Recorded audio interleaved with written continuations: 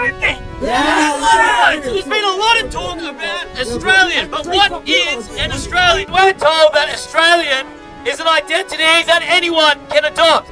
But of what use is an identity that anyone can wear? If anyone is an Australian, then no one is! Our founding fathers understood that having a strong national identity rooted in a shared ethnic and cultural heritage was crucial for a nation's defence.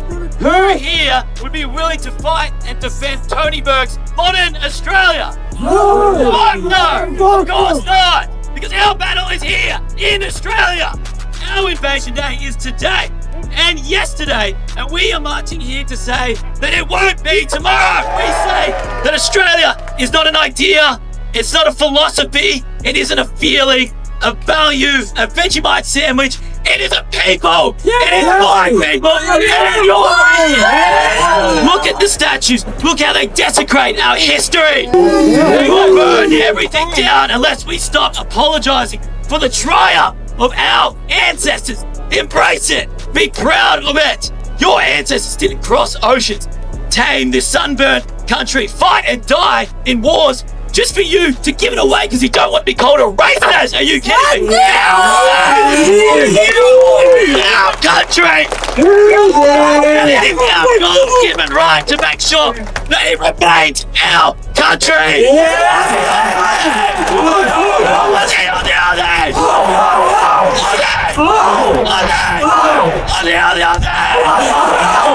You're tuned into Backbench Drivers. I'm joined this week by the one, the only, the infamous Sir Doug. He's joining us after a recent speech at the March for Australia protest, which was a massive success. And he's joining us here today basically to expand on some of the ideas that he discussed in his speech and a couple of other topics that are very relevant, swirling around the march and Australian politics in general. So without further ado, welcome to the podcast, Sir Doug. Thanks, John. It's good to be here. Big fan. Follow you closely on X and the Observer and your book. What did you think of the book, by the way? Yeah, it's great. I haven't finished it yet, but yeah, so far so good. Yeah, I don't really know much about Graham Campbell, but hopefully after finishing it, I'll know quite a bit. And yeah, it's good. It's really informative. And yeah, thanks for sending me a copy. No, that's all right. Graham's, we won't go into too much, but Graham is sort of an interesting character in that he sort of went through what we're going through today, but back during the 80s and the 90s, in that, for example, there was a huge protest movement surrounding the gun ban at the time, Howard's gun ban following an atrocity, another shooting back then, obviously the Port Arthur massacre instead of the Bondi shooting today. And he was fighting against the gun restriction laws then. Nowadays, even though there were gun restriction laws being pushed through in the wake of Bondi, it's really the hate speech restrictions that we're more concerned with, and something that we're going to touch on today as well, with the arrest of Brandon Cottrell. I think I pronounced that correctly, but I apologize if I didn't. But let's get onto that a little bit later. First of all, tell me about your speech, some of the thoughts that went into it, and how you think it went. Your voice was a bit hoarse, but I thought the ideas that came through were very important, very pertinent to the moment. What made you discuss those topics, and did you want to give any further thoughts on them? Yeah, I mean, perhaps I should touch on the voice first. There was a big issue, big controversy with the speaker system. We showed up, and the speaker system, which had been kind of organized like in the week leading up to the march, didn't work. I don't know if there was a bit of discussion as to whether it was we weren't following the diagram. Well, I shouldn't say we. I didn't have, to the guy in the crowd, I didn't have anything to do with setting up the speakers, but didn't follow the diagram, and thus they were tripping each other out because they were too close or something. But basically, the speaker system didn't work, and we had to use the megaphones. And a lot of people couldn't hear the two One Nation speakers, I think. So it was very hot. Everyone was getting quite angry. So by the time it got to me, I was already getting heckled by a patriot in the crowd because, they had to wait so long in the heat.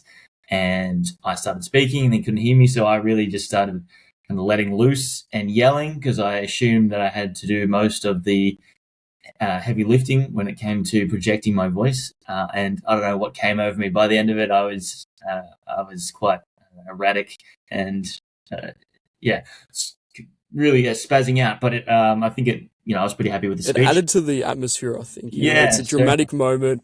We're shouting in the streets. I thought it came across very aurifully.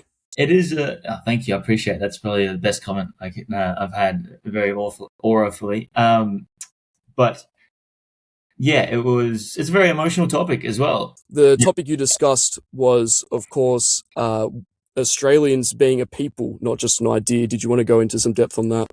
Yeah, I mean, and that's kind of the reason I was told I was going to give a speech by the organisers. I actually was asked to give one in the August one, but I bitched out, and then I was going to give one in the October one. I bitched out again. Probably good, because the second one there wasn't that many people, wouldn't have quite had the aura, especially if I had to use those talking points in the first one. The second one rather, I would have maybe wasted them on the boomer waffen, but not to besmirch the boomer waffen. But yeah, the third one, I think third time's a charm. It was a good place to finally bring out those ideas. It's something I've been thinking about a lot lately, and the topics of what makes a country, what makes a nation is really, that's a broad theme of my online presence. It's something I talk a lot about. It is this kind of this anti, a lot of my content is anti-liberal managerialism. This idea that a passport is what makes you German or Australian or US citizen. And I think it's a very relevant topic of the time. I'm not going to claim that I'm the only one talking about it. It seems to be a very popular thing to talk about at the moment. And that there's that kind of joke or quip that gets around a lot lately, where people say if you're born in a barn, it doesn't make you a horse.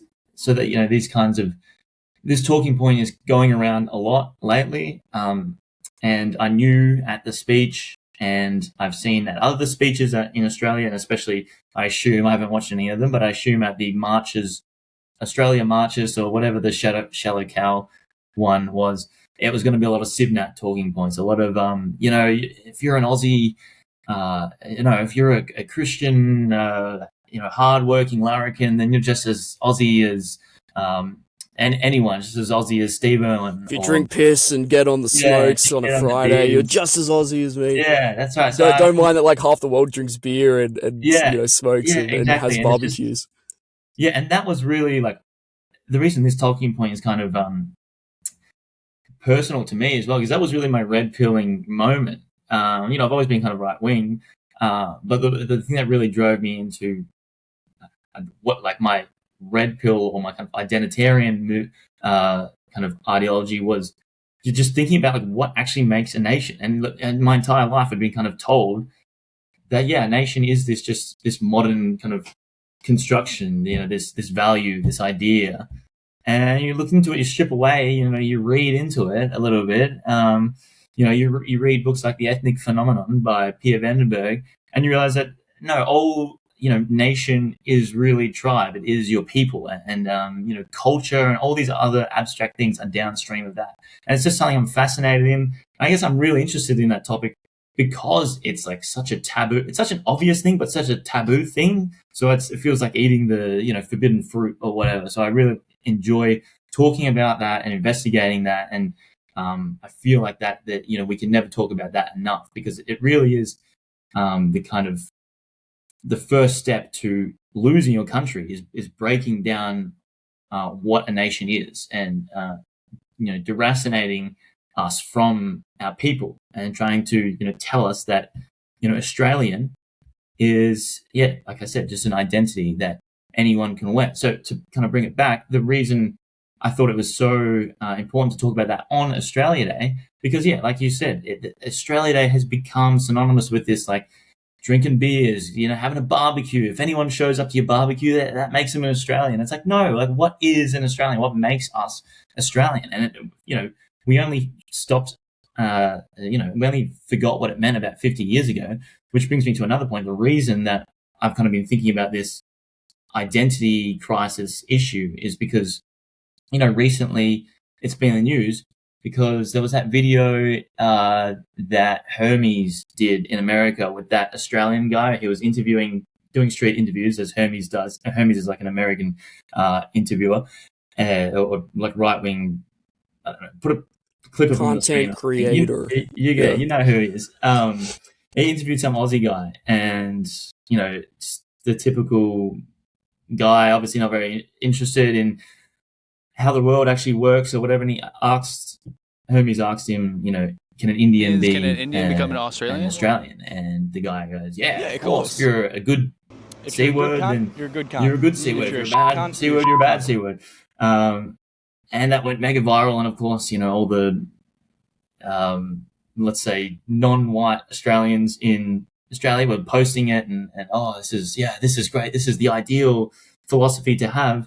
And it's like, it makes you feel good to say that. I agree, given that we've been propagandized our entire life to think that is a kind of moral and admirable worldview to have. But it's not true. And it's going to lead to, in 100 years, Australia just not existing. Because in reality, it doesn't matter if you're a good cunt and you're from India. You are Indian. This idea that you can bring people over and they will assimilate and you can bring a few over and perhaps they will assimilate. But at the end of the day, what is culture? It is the kind of group behavior of a people. And we know that behavior is overwhelmingly genetic. So if you change the genetic composition of a people, you're going to change the culture. These things, the culture that Sivnats loves so much is the culture. But where does that come from? Anyway, so that was in the news. That was circulating, doing a lot of, had a lot of virality, that video. So it was kind of, relevant at the time to talk about that identity. And I've watched a lot of these videos and people get asked in the street, what makes someone Australian? And they're afraid to answer. I saw one with some Aboriginal guy. And he was like, if they have an Australian accent. And he's like, actually, but that's not a good answer either. And they're afraid to answer what it is to be an Australian. So I just wanted to get out there on the day, presumably after a bunch of speeches around the world and a bunch of speeches over a barbecue about how, Australia is just an idea and how it's a culture. And I wanted to get out there and really, with my chest, say that, no, we need to put our foot in the sand and put our heels in the sand and say, Australia is a people and it is an Anglo-Celtic people and Australia is a creation of those people. And if we lose our majority in this nation, we will lose our ability to self-determination. We will lose our country, in short. We'll lose our country. Yeah, I'm beating around the bush. Yeah, we'll lose our country. No, you're right. But yeah, I think you made a lot of good points. But sorry, if you don't mind me jumping in quickly. Oh, please do. I was rambling a bit there. No, that's all right. I think that you made a really good point that people feel really good when they say, Australian could be anyone. If you're a great guy, you're an Australian. And I think that comes down to sort of a definitional problem between us as nationalists and the rest of the country as sort of either left-wing or unthinking when it comes to politics. When they hear Scott Morrison say Australian, right, that's un-Australian. What's he saying by un-Australian? He's saying something's bad. When he's saying someone's an Australian or a great Australian, he's saying they're good. And so we've started to associate moral framework with the word Australian and defining who is and isn't part of it.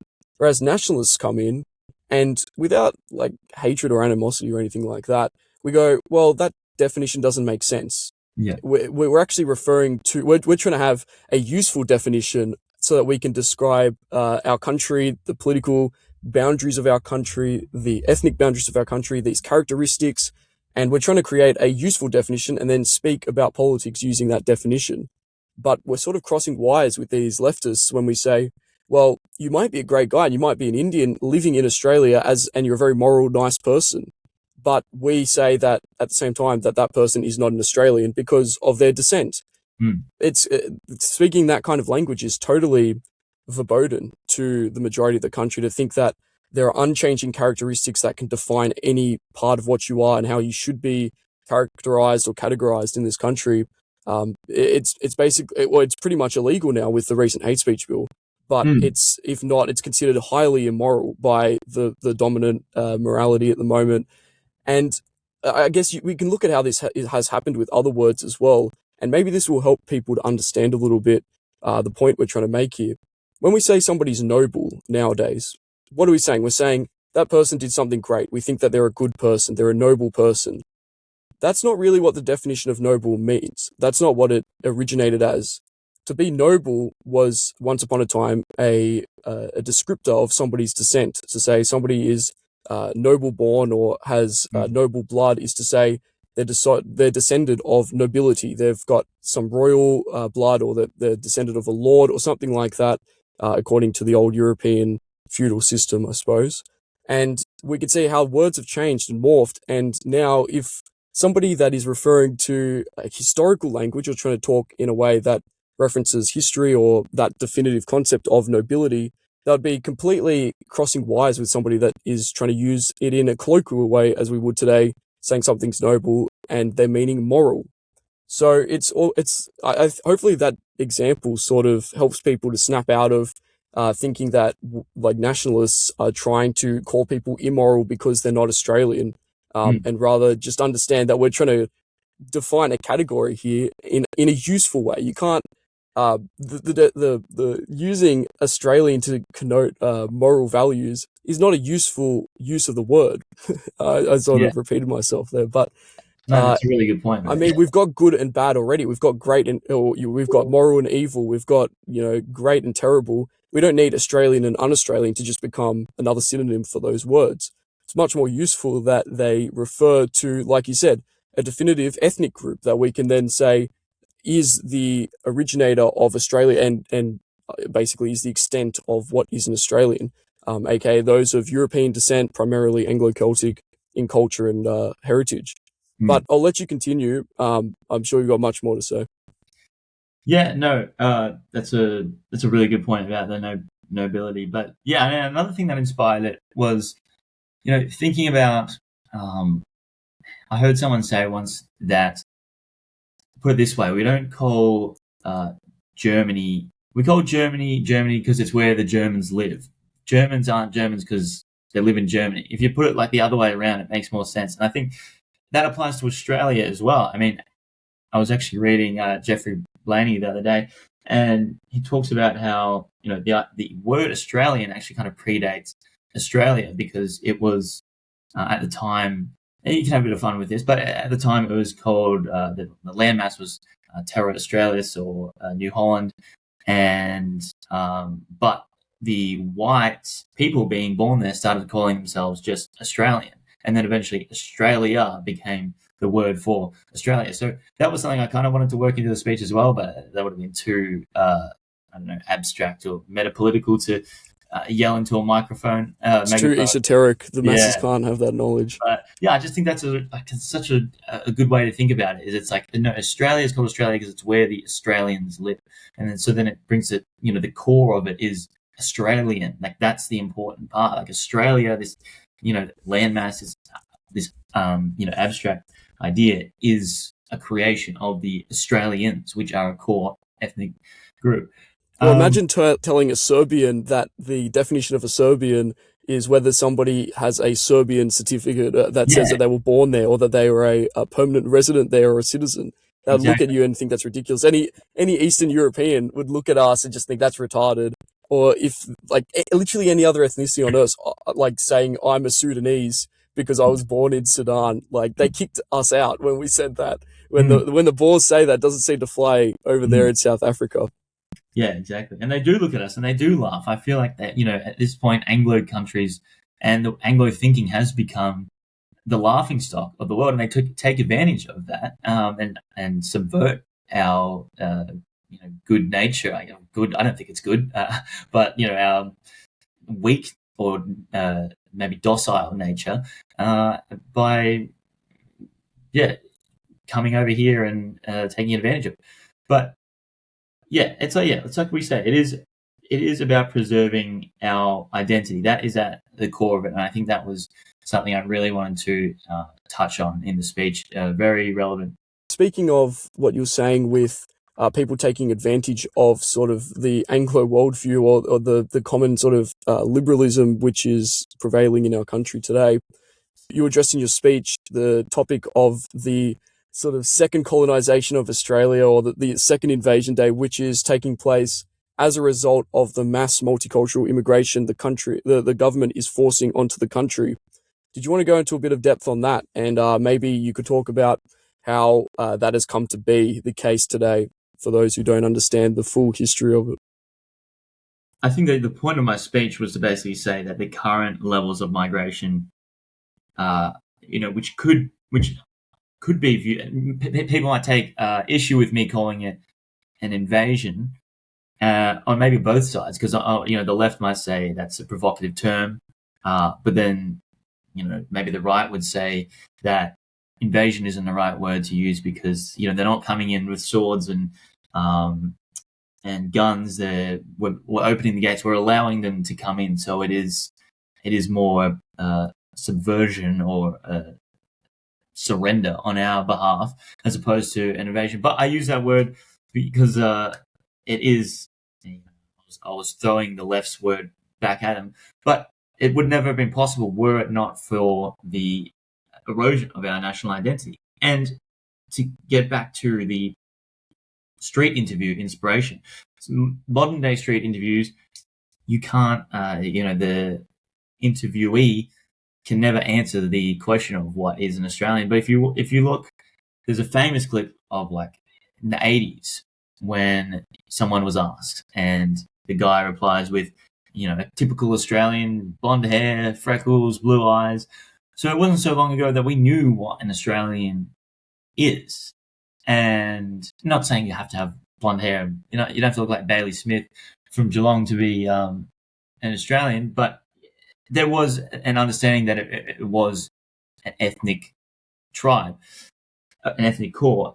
And, that wasn't so long ago. So that kind of erosion of the identity must come before mass migration, must come before the invasion. I call it invasion because it's an invasion of foreign people that are ultimately there's scarce resources on any area in this world. Thus there's a max amount of people that can fit on a land mass, and the more foreign genetic makeup there is, the less opportunity there is for our tribe. And so it is an invasion, and it would not have been possible were it not for the identity being eroded. Because if we had a strong identity, if we still knew who we were, then there would have been a lot more kickback and a lot more resistance to this policy of replacement migration. As, by the way, don't get offended at me for saying that. It is called. That's what the UN they did in the 70s. They did like an investigation at the UN into a kind of a solution to declining fertility rates, and the document was called replacement migration. Would bringing in people from the third world or places where there's a surplus of births kind of dampen the economic effect of declining fertility rates, which kind of brings me to, I guess, the reason you said what's the reason for mass migration, without getting into too much like esoteric stuff. Ultimately, it's market forces, because since the late 1970s, Australia hasn't had a fertility rate, i.e. the average births per woman in her lifetime, above 2.1. And 2.1 is the replacement level. So, mum, dad have two kids, that replaces them, plus 0.1 for any infant mortality. So we haven't had a fertility rate above 2.1 since the late 1970s. Most Western countries haven't since the 20th century. So our population should be, once the boomers start dying off, should be going down. Our populations have expanded quite a bit, or grown quite a bit in the latter part of the 20th century, because life expectancy increase. But once boomers start dying out, who are the largest generation, the population should naturally start to decline and shrink, which will happen to the white population. But this would spell economic disaster, especially for Australia because of our economic system. We'll get back to that in a second. But for any country, this will spell economic disaster because, market capitalism is driven by aggregate demand. And one way to increase aggregate demand is to bring in a lot of people. So we have a deficit of people in this country, perhaps a Huz deficit for any Sir Doug fans, and there is a surplus of people in the third world because because the reason, I guess the normie reason that people aren't having kids is when you move into urban areas, when you move off the farm, when your population becomes industrialized, kids become a liability, whereas in a more agricultural society, they're an asset. They're hands to push wield a hoe. I don't know what farmers do in unindustrialized societies, but they don't drive headers, that's for sure. Milk cows on the Milk Ram cows, Range. that's a good example. But yeah, so there's a surplus of people in the third world, and there is, according to our leads, a deficit of people in Western countries. So, but as you will be able to explain much better than I will, we had a policy in this country, which began with the Immigration Restriction Act of 1901, to maintain a core ethnic Australia. And that core was supposed to be Anglo-Celtic, with some Germans and Italians and Eastern Europeans thrown in there in the 20th century. But this was called the White Australia Policy, colloquially known as the White Australia Policy. And we had this up until, when would you pinpoint when it started getting broken apart? People sort of put it at different points because you have sort of gradual breakdown, but a lot of people place it in the 70s, sort of the official break point. In the mid 70s. Yeah, well, under Whitlam, that was the final. Al Grasby, who was Whitlam's immigration minister, actually formally introduced the policy that he called multiculturalism, and that's sort of you could say the definitive break. Although there were small refugee populations from Southeast Asia and so on that came in a little bit earlier, Vietnam, and so that did sort of erode the policy a little bit. But I'd agree that the definitive break came once the government declared that they were going to start opposing it. Whitlam dissolved the old immigration department and just put in a whole new bunch of guys that said, instead of only letting in real full white guys and women and Huz, we're going to instead let in 100 million Chinese people as quickly as possible, because they're leftists. The government liked leftists. They were non-white. Government loved multiculturalism. So that's what happened to Australia against our will. Yeah. So that, I guess we've covered the breakdown of the White Australia policy. So that preceding that was the breakdown of our identity, and that was why I spoke about that on Australia Day. And I think it's important. And it's really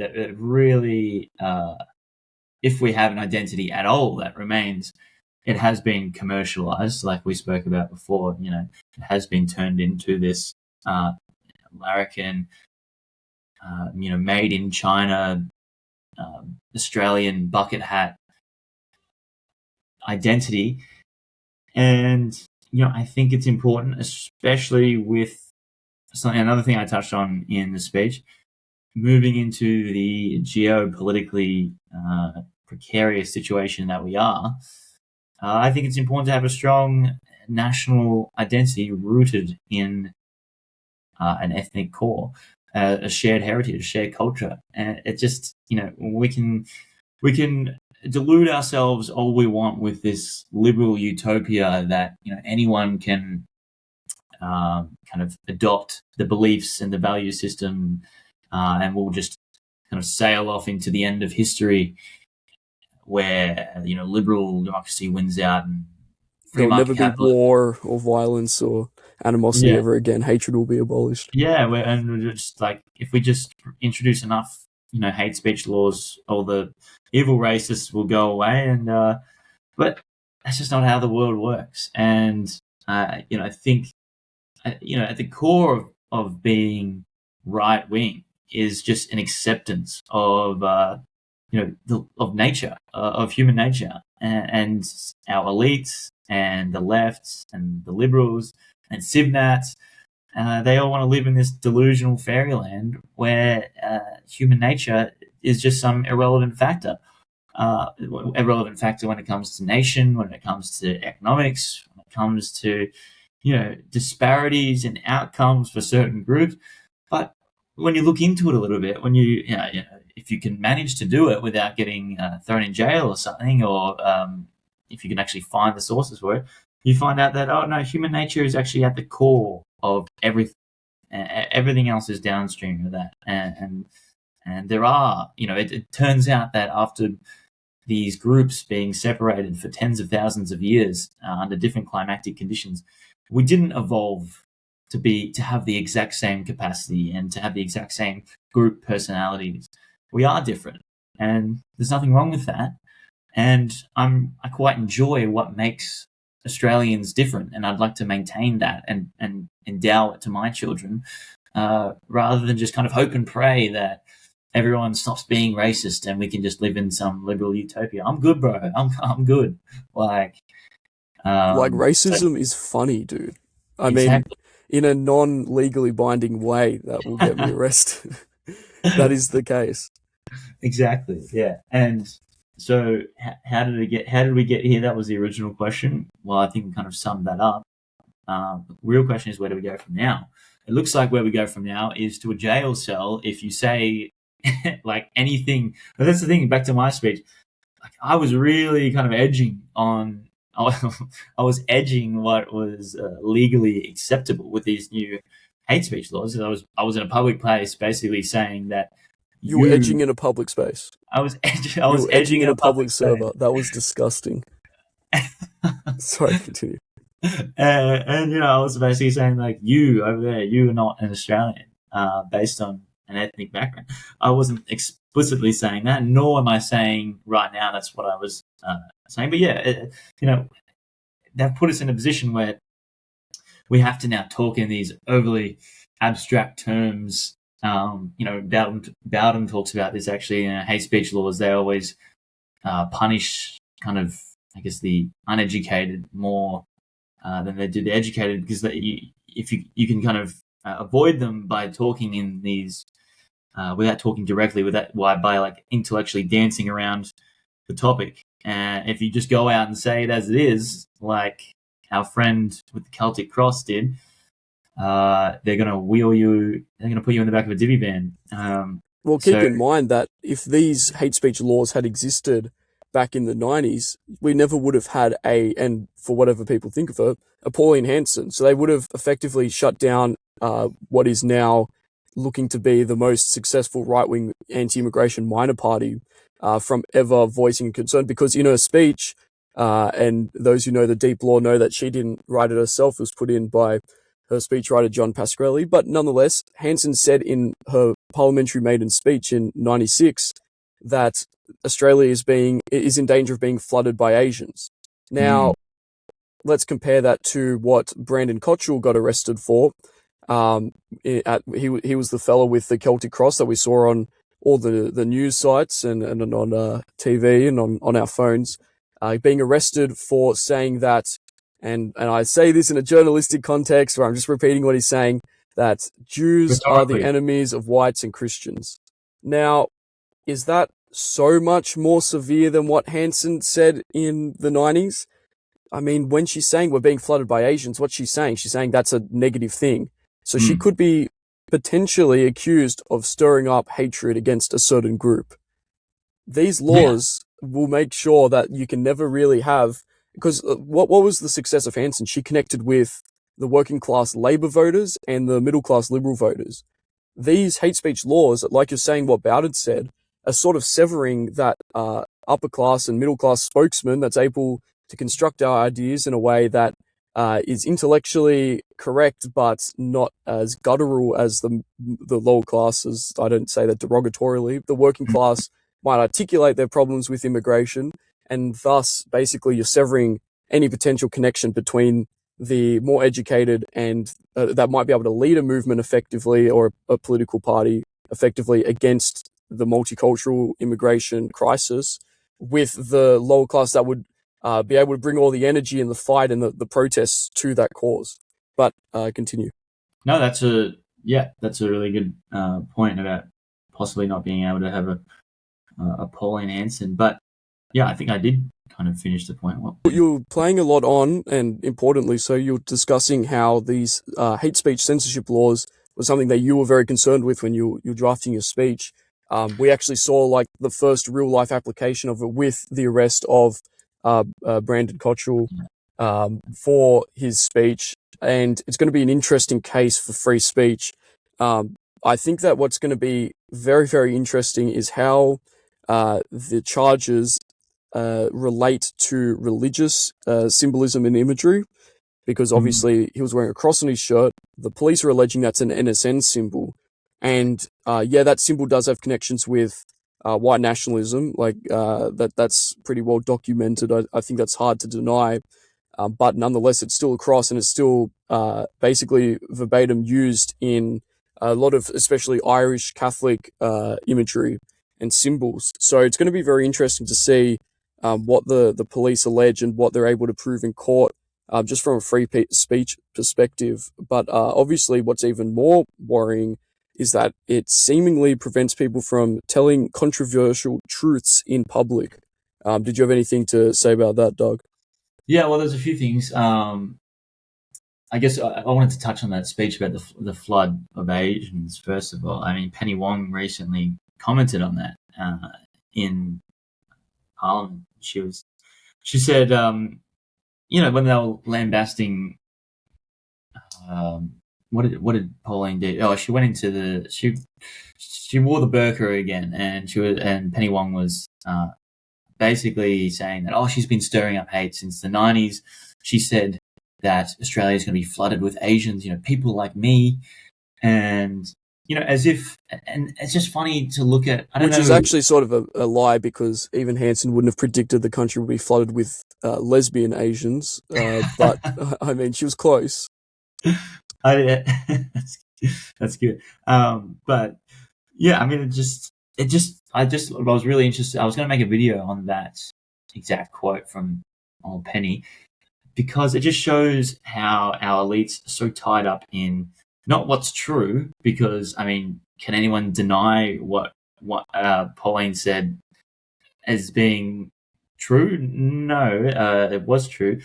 It was a quite prescient prediction, but they say it doesn't matter to them. What matters to them is that she spoke against the liberal orthodoxy, or she said something mean. I mean, maybe we don't have to make it about a race. It could be about just female thinking, this kind of HR managerialism that we have in politics, where it doesn't, the scolding, it doesn't matter what you say, it doesn't matter how true, it doesn't matter the argument you present. You're going to bed at 8 p.m. And why? Because I told you so. You said that Australia's going to be flooded with Asians. I don't care if you have, an entire suburb like Box Hill to prove that actually did happen. That's mean. That's a no word. We're going to introduce new legislation to ensure that no one else says anything like that in the future. And yeah, I think these new laws are, I'm hoping that they are unconstitutional. That will be interesting. I think I think Sewell is actually, I don't know if I can mention his name without getting banned or something, but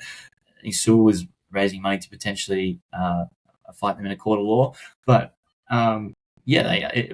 assuming that they can be enforced, it is frightening to see. And I didn't really consider it when I was writing my speech. I mean, it was in the back of my mind, of course. It's been in the back of my mind since they introduced them. But I was kind of like, what I'm saying here is not that.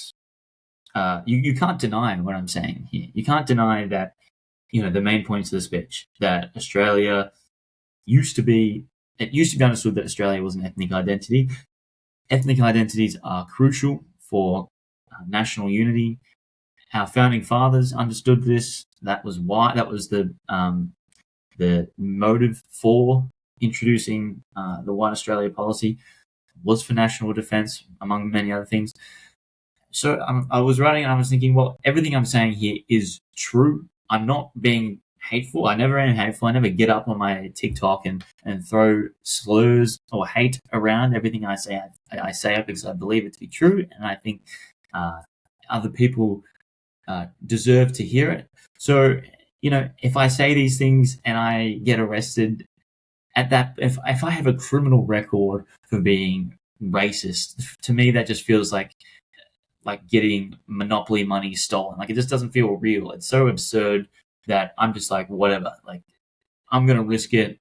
I'm happy to risk it, and I'm happy to become the martyr. What, they're gonna put me in jail for a year because I said that I want to maintain an Australian ethnic identity. Well, lock me up then. Throw away the key, because I'll get some reading done while I'm there, because that's ridiculous. And I'll come out of prison, and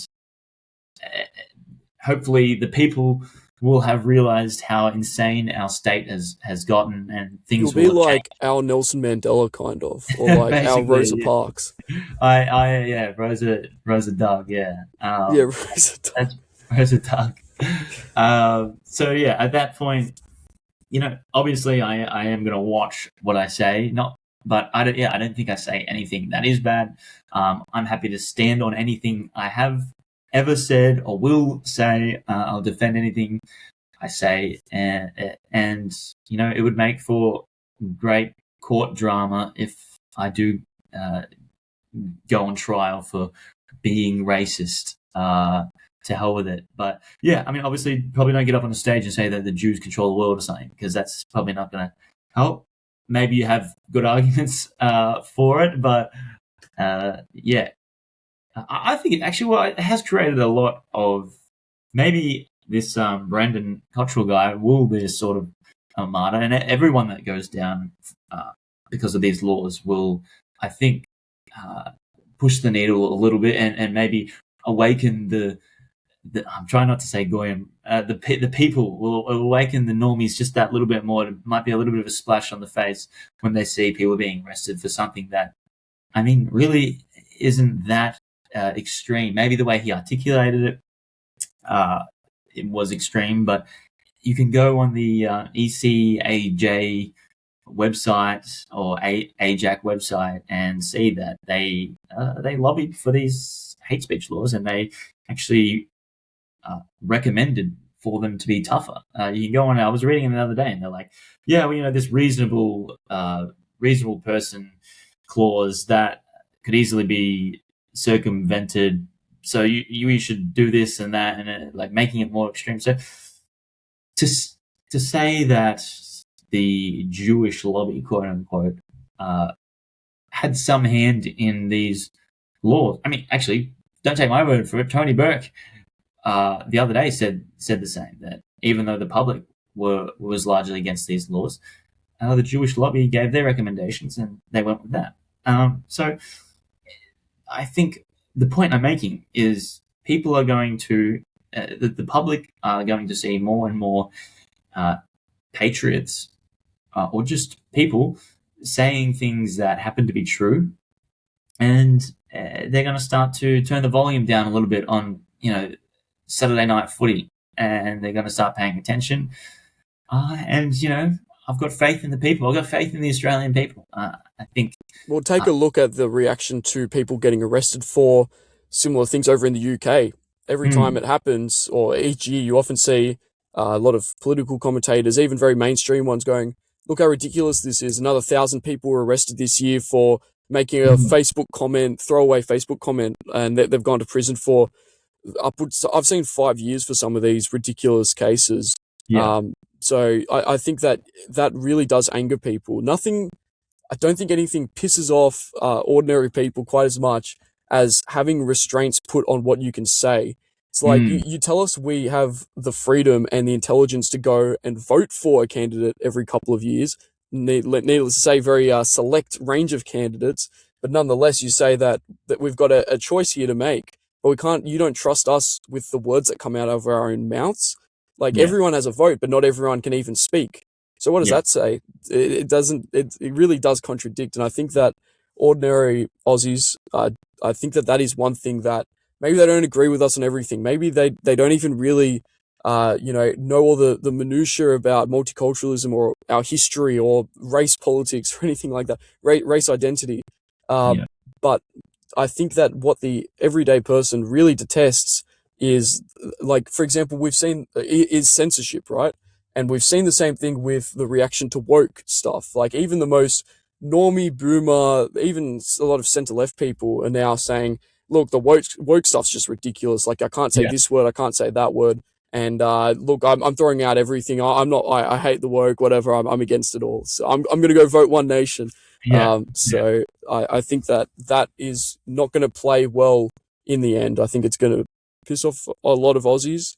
And then I think that what is even more worrying for those who have advocated for these hate speech laws, but what is very good for us, is that if enough animosity builds, somebody's going to be able to run on a platform of freeing up speech, and then allowing, and that's going to be very popular, and they're going to be able to attach a lot of other really important right-wing causes to that, such as immigration restriction, rolling back multiculturalism, and so on. Yeah, I know. I certainly think it is going to mobilize a lot more of the public. But yeah, you made a good point. You're saying it is kind of an attack on people's intelligence, and I think most people like to think of themselves, especially as Australians or inheritors of Western civilization. We like to think of ourselves as intelligent, moral people, and you can justify laws that take away people's guns because guns kill people, atrocity propaganda, you can show that, but attacks on speech, it is attack on intelligence, and the propaganda, it goes against their propaganda. Our whole life we've been propagandized into thinking that liberal democracy is the golden system. And well, hang on, isn't one of the tenets of liberal democracy free speech, the free dissemination of ideas? And now all of a sudden, no, we're doing a backflip on that. So, I don't want to do the left of the real Nazis, but that strategy is now, they've shot themselves in the foot. Well, genuinely, who won the Cold War at this point? What was the point of fighting it all? Here's another Bowden story for you. He talks about a friend of his who visited East Germany during the Cold War and got arrested for putting up some graffiti on a wall that says a very controversial historical figure was right on the end of Lenin's finger on a poster that was up on a wall. And he got arrested by 1, 2, 3, 4, 5, 6, 7, as Bowden says, members of the Stasi, and he got thrown in prison. But I mean, how's that even any different? Like there was like 5 mixture of Indian, different other ethnicities, cops that were dragging this Brandon bloke away after he did his speech. So how's it any different? And I won't go too much down this rabbit hole. Maybe it's a topic for an article. But if you have a look at the modern Labour Party, you'll see that everything that we hear about cultural Marxism, that being Marxism detached from its economic doctrine and left only to basically infest our culture, obviously propagated by Marxists today, it was actually a really accurate thesis for how culture has changed, because Albanese, let's take him for example, perfect example. He was hanging out with like communist newspaper writers back in the day, giving giving a talk to his local uni communist paper. There are also many others throughout like recent Labour history where they get into the party, they're like radicals. They've got literally like Pol Pot posters up, or they've got Ho Chi Minh banners that they've got, and then over time they reform. They become like neoliberal on economics. They ditch the Marxist economics, but they end up rising to the top of politics, becoming your local MP. And they've read all these leftist theory. That's all still in their head, they end up pursuing it in policy. And who won the Cold War in the end? The Conservatives don't exist anymore. They're basically the same. I mean, we can maybe touch on this a little bit, but Hasty, the Conservative champion, voted for the hate speech legislation. And meanwhile, you have the left just absolutely running away with it. They have killed political opposition in this country forever, potentially, with this bill. And it was supported unanimously almost, with very few exceptions, from a couple of independents and minor parties. So, yeah, it's like, why do we even shed any blood? Why do we even go fight in Vietnam, Korea, around the world if we've literally just been captured by exactly the same policies? You can't articulate a sensible story of Australian history anymore. We've betrayed absolutely everything that our people, our soldiers have shed their blood for. And yet, obviously, they put up more and more war memorials. They go stand in front of them, the politicians, and give their speeches acting like they're fighting for Australia. Yeah. No, it's a good point you bring up about like war. That's another thing I was saying, like all the indoctrination we've had about liberal democracy. How about all the indoctrination about the motivations for war? We're told that every war that we fought in, it was, some iteration of fighting for freedom. World War II was fighting, for, I don't know, freedom from Germany, I guess, even though they're in Europe. And then, Vietnam War, fighting for the freedom of the Vietnamese. And then, somehow Iraq was about freedom and Afghanistan was about freedom. And then, we fight all these wars, and then, hang on, now we're losing our freedoms here. And I'm really just recycling your point. But, and that, I think surely that is enough to kind of mobilize people. That is enough to get people to realize that, okay, the state is not acting in our interests at all. Now, that's not actually the motivations for going to war. If we look into the motivations for going to fighting in World War One, obviously we know that was a bit different to the story that they tell us, but still it goes against their kind of propaganda. And another thing that I wanted to bring up is like the imagery of that guy, Brendan, getting arrested by the his kind of multi-cult police officers. I thought, we just keep getting these, us nationalists keep getting these propaganda images of patriots getting arrested by police, and then they just go mega viral across. I saw like Zoom historian was sharing this picture, and the same thing happened when Hugo and I were in Box Hill, and we were getting escorted out of the Box Hill Central by. Dude, can we just talk on that story for a second? Yeah, you're the relatable everyman every time you go and do one of these live streams with Ozpil. Like, okay, so we've got Bruce Wayne here. He's body slamming people. He's doing Arkham City like fight mechanics through the Chinese neighborhood. And mind you, he's not even fighting Chinamen. It's not this wasn't Lambing Flats. This was him fighting some retarded leftist that came over and wanted to cause trouble with you two. And then you're like standing there with your like coffee or whatever, just being like the everyday chud, standing around like the companion. I don't even know what you did. You just like looked on. But it's very relatable, because I feel like that's what I would have done in the same scenario. Like record scratch. That's me. You're probably in this situation. Yeah, that's literally what it was. Well, we did a video where we did break down all that, so you can go watch that on Ozpil's YouTube. I assume it's just Ozpil, the username. But yeah, what I was holding was the camera woman's drink bottle. So I'm holding this big pink like Stanley cup. Yeah. And it was in my left hand. And I break this down in the video, but yeah, it was in my left hand, which is my dominant hand. And he's seen the video. He's kind of backing up into me as the guy is approaching. And I'm like looking at the guy, and I'm just like smiling, because I'm like, there's no way this guy is still crashing out. And then I look down, and Hugo Ozpil is handing like the mic to me, and I go to grab it with my non-dominant hand, and accelerationist knock it out of his hand. And he kind of threw it back into me, and I more fumbled it. some guys on X were breaking it down frame by frame. Oh, it was the guy in the red shirt. He was his fault. Bro, just enjoy the thrill. It's not that deep. No, But that was like peak entertainment. That was awesome. But continue with your point that you were making. Vaux Hill Chinese. oh yeah, I was just saying, like, we got escorted out by.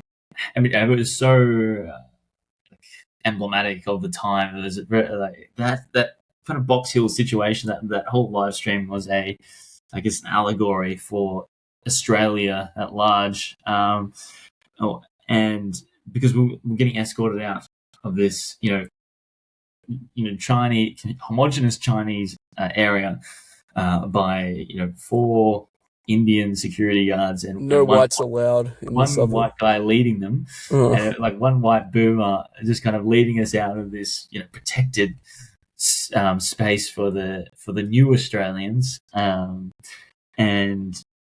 yeah, the 2 whites that were there, one was leading this multi-cult group to get us out, and was incredibly hostile towards us, despite the fact that it was the other guy that was instigating this whole thing. And then the other white that was there was the guy crashing out, calling us Nazis and Gronk. That was what he started with originally. We touched on this in the video, but he starts off calling us Gronk, and because that's the first slur he could think of, or the first term to apply to us. And then it was like he remembered the correct term, and then he starts calling us a Nazi, and then he really starts crashing out. He's like, "Yes, that's it. That's what I've got to call him, Nazi."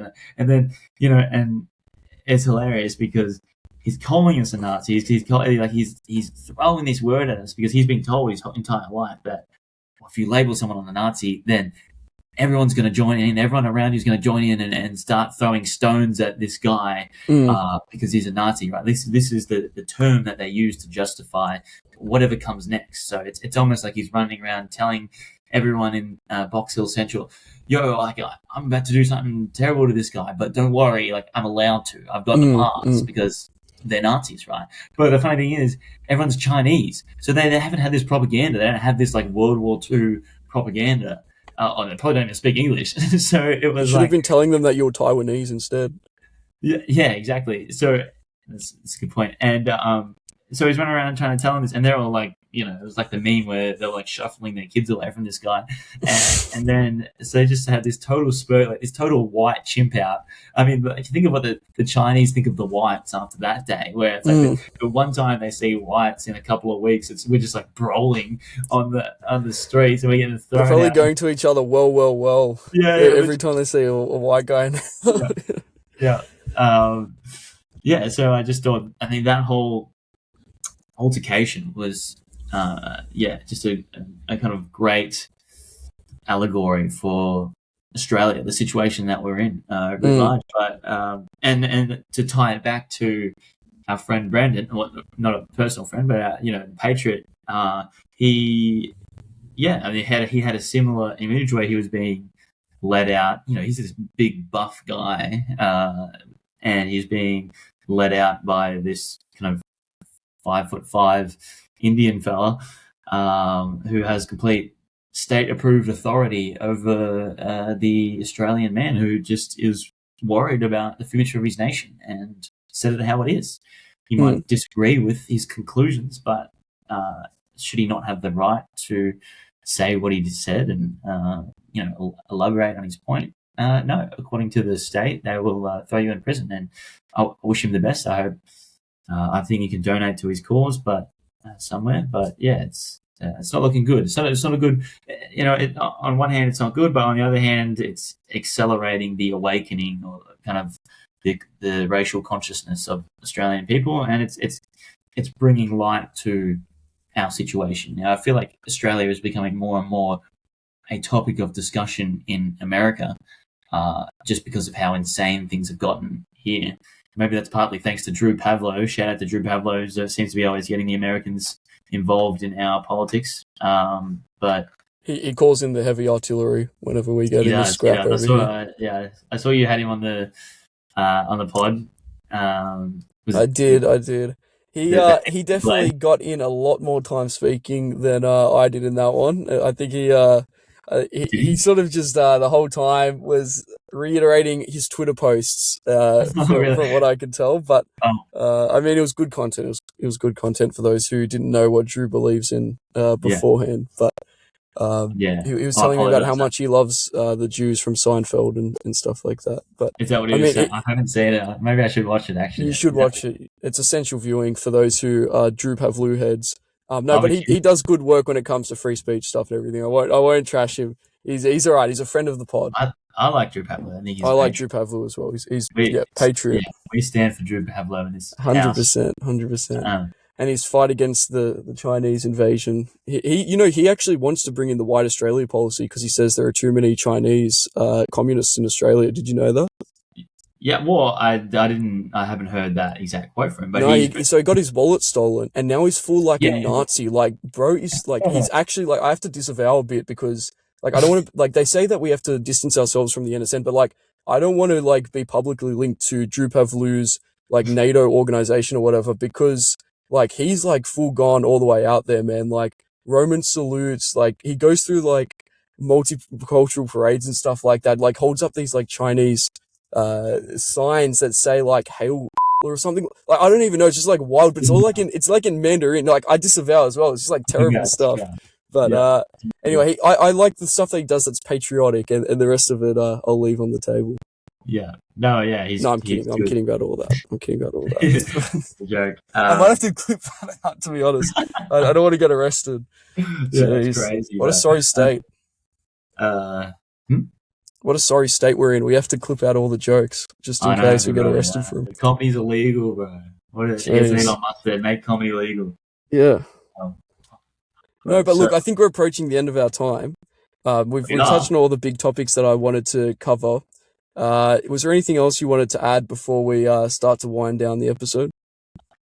No, I think I kind of we wanted to talk about MFA and we got there. Perhaps where do we go from here? What's the outlook for you in terms of where Australia goes from here? Perhaps we wanted to touch on without going over time, One Nation. Is that a potential solution?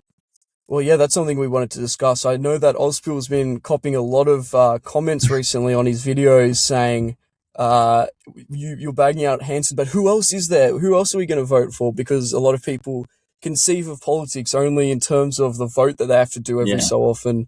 They don't think of politics in the years in between, which is something that's really going to have to change if we're going to actually deliver any real change. That attitude is going to have to change if we want to see any betterment of our country. So I don't really know what the party solution is. Here's the state of the play as I see it, and I think we sort of have to adjust our strategy and move where the wind is blowing, take advantage of the momentum for our own purposes. So I deliver the information for the sake of people to go out there and use it in any way that they want to. This is how I see things developing. I think that I'll write up a full article on this as well, but I think that quietly the US is going to be putting a bit of weight on the scales in favor of One Nation. I think that because of their doctrine that we saw them put out in regards to Europe, where they said that they're going to be helping out the anti-immigration parties over there because they see demographic change in Europe as a threat to Europe remaining an ally of the US, keeping in mind, for example, that a lot of the Muslim migrants to Europe are very critical of Israel and so are going to be very critical of US foreign policy on that, as well as various other issues as well. Obviously, basically, the US wants to retain its allies. And it also, if you've been listening to some of what Tucker has been saying, we know that Tucker sort of speaks for a sort of wing of the foreign policy establishment in the US that's very interested in pivoting to China. There's a lot of China hawking in Australia already, but it's really not it's not to a useful degree, because as we've seen with Scott Morrison's election, for example, he lost because he was trying to lean on the China hawking angle quite heavily, and they say that Chinese voters turned very heavily against Scott for that. So much for assimilation, right? That you criticize the Chinese government, and the Chinese population here sides with the Chinese government, but I digress. And I think that the US is seeing that. They're seeing that the Liberal Party here is, even on topics that we see them as being, for example, very pro-Zionist, I think that compared to the US, that's not really where they, even to that level that they want them to be at. I think that there's insufficient support. I think maybe if Peter Dutton had won, that would have been a different story, but yeah, that's not the case. They're also very constrained with access to resources, and we know that, sorry, I mean like our rare earth minerals, our other resources that we have for mining. We know that the Liberals are nowadays very constrained with their ability to accept money from mining donors and to pursue more resource harvesting here, partially because they're trying to win back these teal seats over in New South Wales mainly, and they're also like increasingly trying to appeal to a more left-wing population. Seeing all of this, I think the US is going to be propping up One Nation, and we can talk about why this is good or bad or whatever, but I think that's what's going to happen. They've already announced, the Trump government has already announced they're going to start recording Australian racial crime statistics.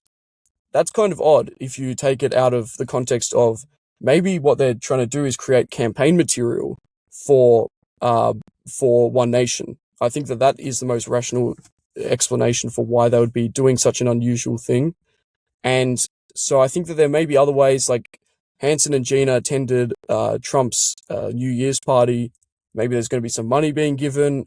Who knows? Like, we know that Hanson has played it very fast and loose with money in the past. Allegations, whatever. I don't want to get sued, but we know that that's kind of the case.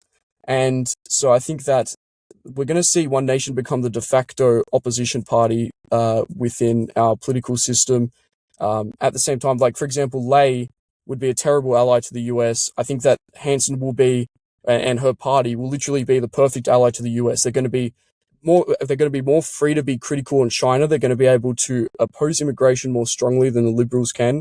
They're going to also be much more open to resource harvesting. We know that they're not even going to pander to the climate change sort of side of politics at all.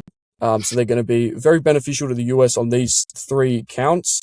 And we, as Australian patriots, might derive a bit of secondary benefit from that, in that we might see them actually enact their anti-immigration policy, which would see net negative immigration in the country, or net zero, I should say, immigration into Australia, which will have benefits for us. But obviously the problem is One Nation is very insufficient. It's only a temporary band-aid fix, if that. It's going to give people a false sense that, look, we fixed the country. We elected that what was once seen as that radical Pauline Hanson. Her party's been elected maybe, or it's become the new party of the opposition. They're in parliament every day with half of the MPs, half of the senators calling out various issues from a right-wing perspective. There's going to be a lot of radical rhetoric. There's going to be a lot of news clips. People are going to feel like, wow, this country's fixed. We've got One Nation. When in reality, we know that's not the case. We know that Hanson has no good successor. We know that One Nation has always been a very centralized party around Hanson. Hanson is insufficiently immigration restrictionist. So that's what I see as some of those problems. Long term, and we're going way over time with this, long term, I see One Nation, if they do succeed in this way, collapsing. And I think that maybe the solution will come out of a formation of those MPs elected on a One Nation ticket, once One Nation splits or fractures, or maybe MPs depart once Hanson doesn't like that they are too successful or something like that. And we might see a better brand organized around more solid ideological nationalism rise, and maybe that will then replace One Nation from the right, and hopefully then that will become a party of government and be able to solve some of our problems. That's my long-term sort of vision for how things are going to go. Obviously, a lot needs to play out in a certain sequence for something like that to happen, and it presupposes that my assumptions on the US supporting One Nation is going to come to fruition, or is like going to happen at all. Maybe it's not happening at the moment, but I suspect that it is, and I suspect that might be our best path to victory at this point. Obviously, then we can look at the Liberals. Liberals going to be able to turn things around, stop their free fall in the polls, basically return back to being party of the opposition. Maybe if Hastie gets elected, but as we've seen, Hastie has lost a lot of energy, a lot of support from the right. That he did have, obviously a lot of people were critical, but the support he did have seems to have been lost because he supported the hate speech bill. Angus Taylor is the other alternative leader. He's very boring. He's not going to bring much energy. He's not going to be able to save the party.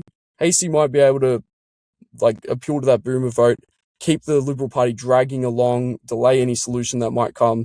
So I see that as the biggest sort of impediment to One Nation replacing the Liberals, then crashing and burning, and then a solution coming out of it. But that's all very big picture, very theoretical. Did you have any thoughts on that at all? And then we'll get you to give your final thoughts, and we'll wrap up from there. Yeah, so I mean, I'll just try and quickly jump on the back of that. I think it's a really good point you bring up with America, and I'm not going to get into the party politics stuff. If you think purely in terms of who do I vote for in 3 years, like lock in vote, come on. But yeah, you bring up America, it's a good point. What we're seeing, perhaps this will be a bit of a white pill for some people. What we're seeing is a transition in the American empire from this spreading of liberalism and democracy, this control through free market capitalism, where post World War II and especially post Cold War, America said we'll patrol the oceans with our navy. Everyone will kind of come under the umbrella of our security apparatus, and as long as you reduce tariffs, as long as you're pro free trade, pro liberalism, democracy, for the most part, you can join our system. This spreading of liberalism is in part what has, the philosophy of that is also mass migration, again, market liberalism. But what we're seeing, what we're seeing is a transition towards, realpolitik, where, the Americans saying, what do I get out of our relationship?